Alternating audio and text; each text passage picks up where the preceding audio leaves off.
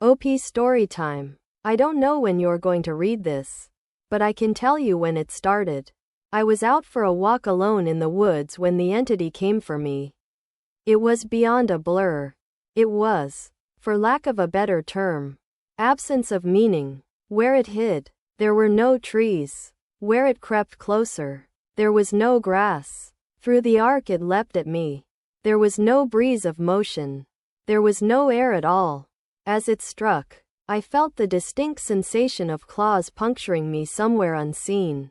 Somewhere I'd never felt before.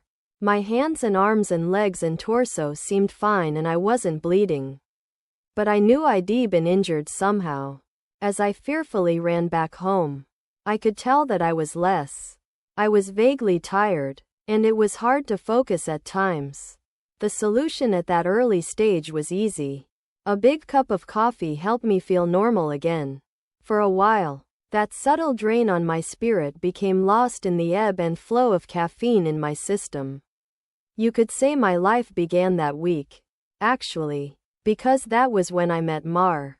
She and I got along great. Though, to be honest, I am pretty sure I fell in love with her over the phone before we even met. It was almost as if the strong emotions of that first week made the entity fight back. It was still with me, latched on to some invisible part of my being.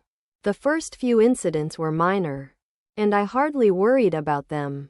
The color of a neighbor's car changed from dark blue to black one morning, and I stared at it before shaking my head and shrugging off the difference. 2 days later, at work, a coworker's name changed from Fred to Dan. I carefully asked around, but everyone said his name had always been Dan. I figured I'd just been mistaken. Then, as ridiculous as this sounds, I was peeing in my bathroom at home when I suddenly found myself on a random street. I was still in my pajamas, pants down, and urinating, but now in full view of a dozen people at a bus stop. Horrified, I pulled up my clothes and ran before someone called the cops. I did manage to get home, but the experience forced me to admit that I was still in danger. The entity was doing something to me, and I didn't understand how to fight back. Mar showed up that evening, but she had her own key. Hey, I asked her with confusion. How do you get a key? She just laughed. You're cute. Are you sure you're okay with this? She opened a door and entered a room full of boxes. I know living together is a big step, especially when we've only been dating 3 months. Living together? I'd literally just met her the week before. Thing was, my mother had always called me a smart cookie for a reason. I knew when to shut my yap. Instead of causing a scene, I told her everything was fine and then I went straight to my room and began investigating. My things were just as I had left them, with no sign of a 3-month gap in habitation. But I did find something out of the ordinary. The date. I shivered angrily as I processed the truth. The entity had eaten 3 months of my life. What the hell was I facing? What kind of creature could consume pieces of one's soul like that? I'd missed the most exciting part of a new relationship, and I would never understand any shared stories or in-jokes from that period. Something absurdly precious had been taken from me, and I was furious. That fury helped suppress the entity. I never imbibed alcohol. I drank coffee religiously. I checked the date every time I woke up. For 3 years, I managed to live each day while observing nothing more than minor alterations. A social fact here and there, someone's job, how many kids they had, that sort of thing, the layout of nearby streets, the time my favorite television show aired, that kind of thing. Always. Those changes reminded me the creature still had its claws sunk into my spirit. Not once in 3 years did I ever let myself zone out. One day, I grew careless. I let myself get really into the season finale of my favorite show. It was gripping. A fantastic story. Right at the height of the action, a young boy came up to my lounger and shook my arm. Surprised, I asked, "Who are you? How did you get in here?" He laughed and smiled brightly. Silly daddy.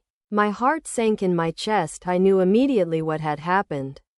After a few masked questions, I discovered that he was 2 years old and that he was my son. The agony and heartache filling my chest was nearly unbearable.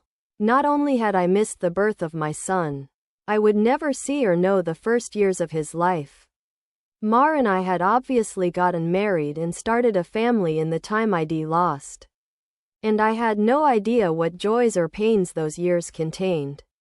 It was snowing outside. Holding my sudden son in my lap, I sat and watched the flakes fall outside. What kind of life was this going to be if slips in concentration could cost me years? I had to get help. The church had no idea what to do. The priests didn't believe me, and told me I had a health issue rather than some sort of possession. The doctors didn't have any clue. Nothing showed up on all their scans and tests. But they happily took my money in return for nothing. By the time I ran out of options, ID decided to tell Mar. There was no way to know what this all looked like from her side. What was I like when I wasn't there? Did I still take our son to school? Did I still do my job? Clearly, I did, because she seemed to be none the wiser. But I still had a horrible feeling that something must have been missing in her life when I wasn't actually home inside my own head. But the night I set up a nice dinner in preparation, she arrived not by unlocking the front door, but by knocking on it. I answered, and found that she was in a nice dress. She was happily surprised by the settings on the table. A fancy dinner for a second date? I knew you were sweet on me. Thank the Lord I knew when to keep my mouth shut. If I'd gone on about being married and having a son, she might have run for the hills. Instead, I took her coat and sat down for our second date. Through carefully crafted questions, I managed to deduce the truth. This really was our second date. She saw relief and happiness in me, but interpreted that as dating jitters. I was just excited to realize that the entity wasn't necessarily eating whole portions of my life. The symptoms, as I was beginning to understand them, were more like the consequences of a shattered soul. The creature had wounded me, broken me into pieces. Perhaps I was to live my life out of order, but at least I would actually get to live it. And so it went for a few years from my perspective. While minor changes in politics or geography would happen daily, major shifts in my mental location only happened every couple months. When I found myself in a new place and time in my life, I just shut up and listened, making sure to get the lay of the land before doing anything to avoid making mistakes. On the farthest flung leap yet, I met my 6-year-old grandson, and I asked him what he wanted to be when he grew up. He said, writer. I told him that was a fine idea. Then, I was back in month 2 of my relationship with Mar, and I had the best night with her on the riverfront. When I say the best, I mean the best, knowing how special she would become to me. I asked her to move in. I got to live through what I'd missed the first go around. And I came to understand that I was never mentally absent. I would always be there eventually. When we were moving her boxes in, she stopped for a moment and said she marveled at my great love. As if I'd known her for a lifetime and never once doubted she was the one. That was the first time I'd truly laughed freely and wholeheartedly since the entity had wounded me. She was right about my love for her, but for exactly the reason Shed considered a silly romantic analogy. I had known her my whole life, and I'd come to terms with my situation and found peace with it. It wasn't so bad to have sneak peeks at all the best parts ahead. But of course I wouldn't be writing this if it hadn't gotten worse. The entity was still with me. It had not wounded me and departed like I'd wanted to believe. The closest I can describe my growing understanding was that the creature was burrowing deeper into my psyche, fracturing it into smaller pieces. Instead of months between major shifts, I began having only weeks. Once I noticed that trend, I feared my ultimate fate would be to jump between times in my life heartbeat by heartbeat. Forever confused. Forever lost. Only an instant in each time meant I would never be able to speak with anyone else. Never be able to hold a conversation. Never express or receive love. As the true depth of that fear came upon me, I sat in an older version of me and watched the snow falling outside. That was the one constant in my life. The weather didn't care who I was or what pains I had to face. Nature was always there. The falling snow was always like a little hook that kept me in a place. The pure emotional peace it brought was like a panacea on my mental wounds. And I'd never yet shifted while watching the pattern of falling white and thinking of the times I'd gone sledding or built a snow fort as a child. A teenager touched my arm. Grandpa? Had startled me out of my thoughts. So I was less careful than usual. Who are you? He half grinned, as if not sure whether I was joking. Handing me a stack of papers. He said, "It's my first attempt at a novel. Would you read it and tell me what you think?" Ah, of course. Pursuing that dream of being a writer. I see. He burned bright red. Trying to. Anyway. All right. Run off. I'll read this right now. The words were blurry. And annoyed. I looked for glasses I probably had for reading. Being old was terrible. And I wanted to leap back into a younger year, but not before I read his book. I found my glasses in a sweater pocket. And began leafing through. Mar puttered in and out of the living room. Still beautiful. But I had to focus. I didn't know how much time I would have there. It seemed that we had relatives over. Was it Christmas? A pair of adults and a couple kids I didn't recognize tromped through the hallway.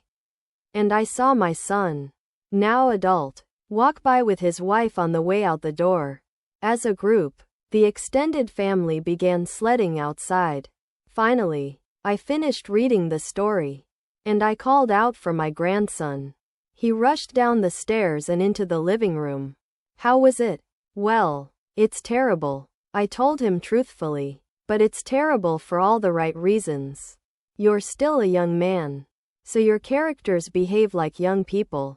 But the structure of the story itself is very solid. I paused. I didn't expect it to turn out to be a horror story. He nodded. It's a reflection of the times. Expectations for the future are dismal. Not hopeful like they used to be. You're far too young to be aware like that, I told him. An idea occurred to me. If you're into horror, do you know anything about strange creatures? Sure. I read everything I can. I love it. Warily, I scanned the entrances to the living room. Everyone was busy outside. For the first time, I opened up to someone in my life about what I was experiencing. In hushed tones, I told him about my fragmented consciousness. For a teenager, he took it well. You're serious? Yes. He donned the determined look of a grown man accepting a quest. I'll look into it. See what I can find out. You should start writing down everything you experience. Build some data. Maybe we can map your psychic wound. Wow. Sounds like a plan. I was surprised. That made sense. And I hadn't expected him to have a serious response. But how will I get all the notes in one place? Let's come up with somewhere for you to leave them, he said, frowning with thought. Then I'll get them. And we can trace the path you're taking through your own life. See if there's a pattern. For the first time since the situation had gotten worse, I felt hope again. How about under the stairs? Nobody ever goes under there. Sure. He turned and left the living room. I peered after him. I heard him banging around near the stairs. Finally, he returned with a box, laid it on the carpet, and opened it to reveal a bursting stack of papers. He exclaimed, "Holy crap!" But of course, being a teenager, he didn't really say crap. Taken aback, I blinked rapidly, forgiving his cussing because of the shock. Did I write those? He looked up at me with wonder. Yeah, or, you will. You still have to write them and put them under the stairs after this. He gazed back down at the papers, then covered the box. So you probably should see what they say. That could get weird. That much I understood. Right. He gulped. There are like 50 boxes under there. All filled up like this. Deciphering these will take a very long time. His tone dropped to deadly seriousness. But I will save you, Grandpa, because I don't think anyone else can. Tears flowed down my cheeks then, and I couldn't help but sob once or twice. I hadn't realized how lonely I'd become in my shifting prison of awareness until I finally had someone who understood. Thank you so much. And then I was young again. And at work on a random Tuesday. Once the sadness and relief faded, anger and determination replaced them. After I finished my work, I grabbed some paper and began writing. While the weeks shifted around me, while those weeks became days, and then hours, I wrote every single spare moment about when and where I thought I was. I put them under the stairs out of order. My first box was actually the 30th, and my last box was the first. Once I had over 50 boxes written from my perspective, and once my shifting became a matter of minutes, I knew it was up to my grandson to take it from there. I put my head down and stopped looking. I couldn't stand the river of changing awareness any longer. Names and places and dates and jobs and colors and people were all wrong and different. I'd never been older. I sat watching the snowfall. A man of at least 30 that I vaguely recognized entered the room. Come on. I think I finally figured it out. I was so frail that moving was painful. Are you him? Are you my grandson? Yes. He took me to a room filled with strange equipment and sat me in a rubber chair facing a large mirror twice the height of a man. The pattern finally revealed itself. How long have you worked on this?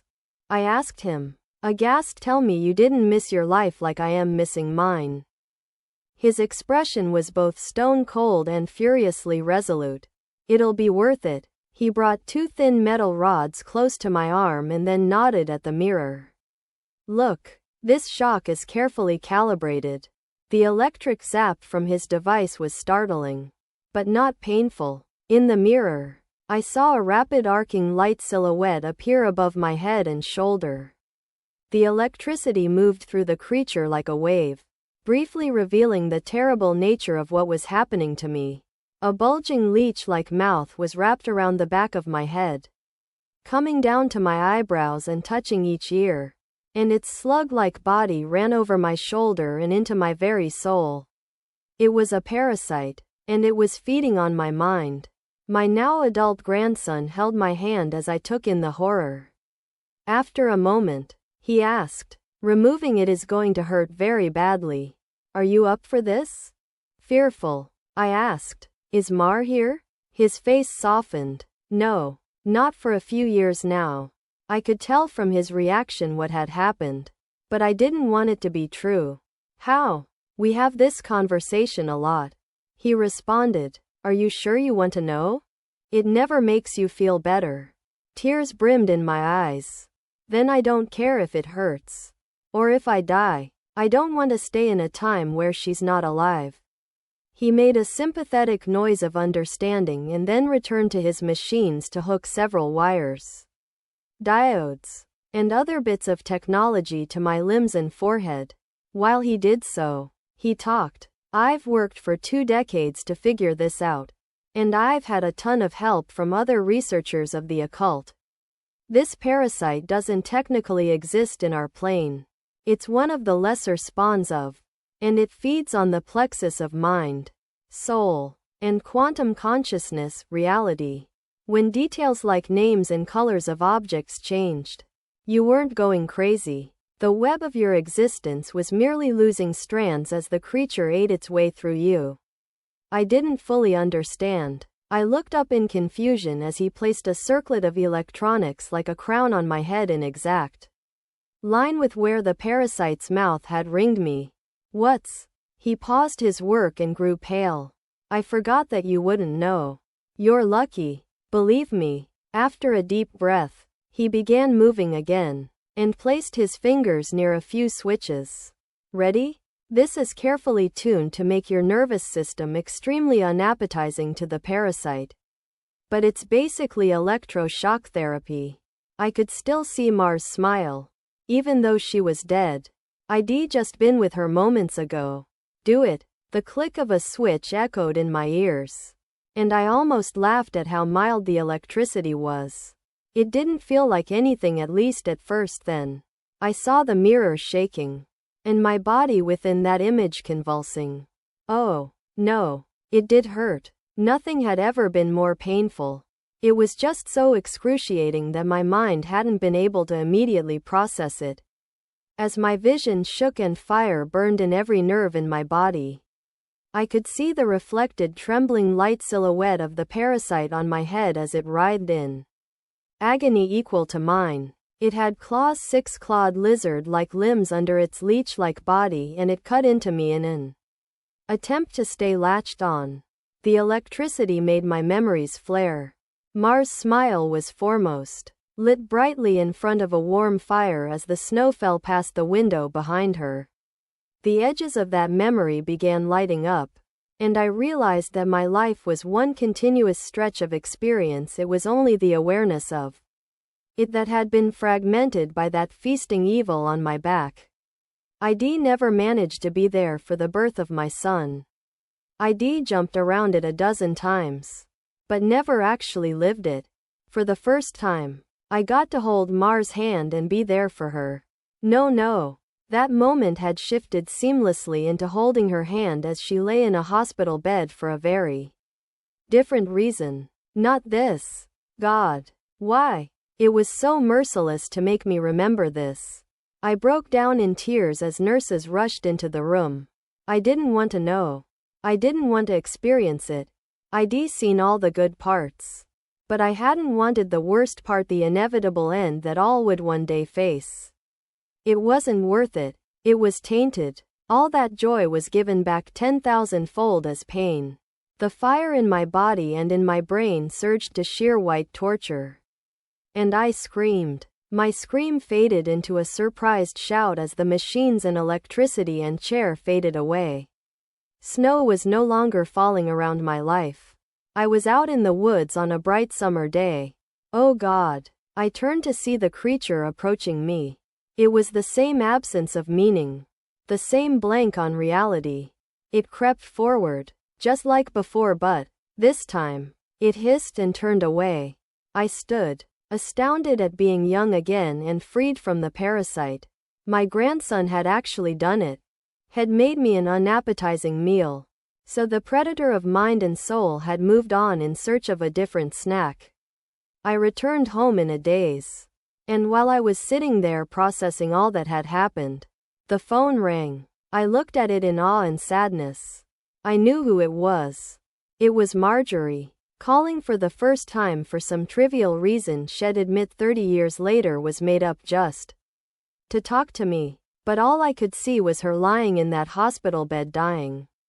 It was going to end in unspeakable pain and loneliness.